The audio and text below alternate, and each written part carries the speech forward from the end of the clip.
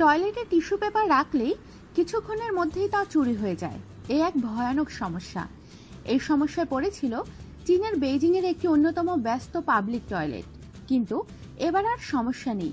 চোর কিছুতেই toilet paper চুরি করতে পারবে না, কারণ টয়লেট পেপার নেয়ার আগে তাকে দাঁড়াতে হবে একটি স্ক্যানারের সামনে। তারপর বেরিয়ে আসবে ৬০ সেন্টিমিটার পেপার, আর নিতে গেলে অন্তত ১০ মিনিট অপেক্ষা করতে হবে। জানা গেছে প্রত্যেক ব্যবহারকারীর জন্য নির্দিষ্ট ৬০ সেন্টিমিটার টয়লেট টিস্যু রোল থাকে, স্বয়ংক্রিয়ভাবে বেরিয়ে আসবে। কিন্তু তার আগে ব্যবহারকারীকে ৩ সেকেন্ডের জন্য ফেস স্ক্যানিং মেশিনের সামনে দাঁড়াতে হবে। যদি কোনো ব্যবহারকারী ২ বা তার বেশিবার টয়লেট পেপার নিতে চান, তাহলে তাকে ৯ থেকে ১০ মিনিট অপেক্ষা করতে হবে। বেইজিংয়ের টেম্পল অফ হেভেন পার্কে এই মেশিন বসানো হয়েছে। অনেকে বলছেন, এখানে এসে অনেকে টয়লেট টিস্যু ব্যবহারের পর রোল থেকে অতিরিক্ত টিস্যু বের করে নিয়ে যায়। চুরি ঠেকাতেই এই ধরনের পদক্ষেপ। পরীক্ষামূলকভাবে পার্কে ৬টি মেশিন বসানো হয়েছে।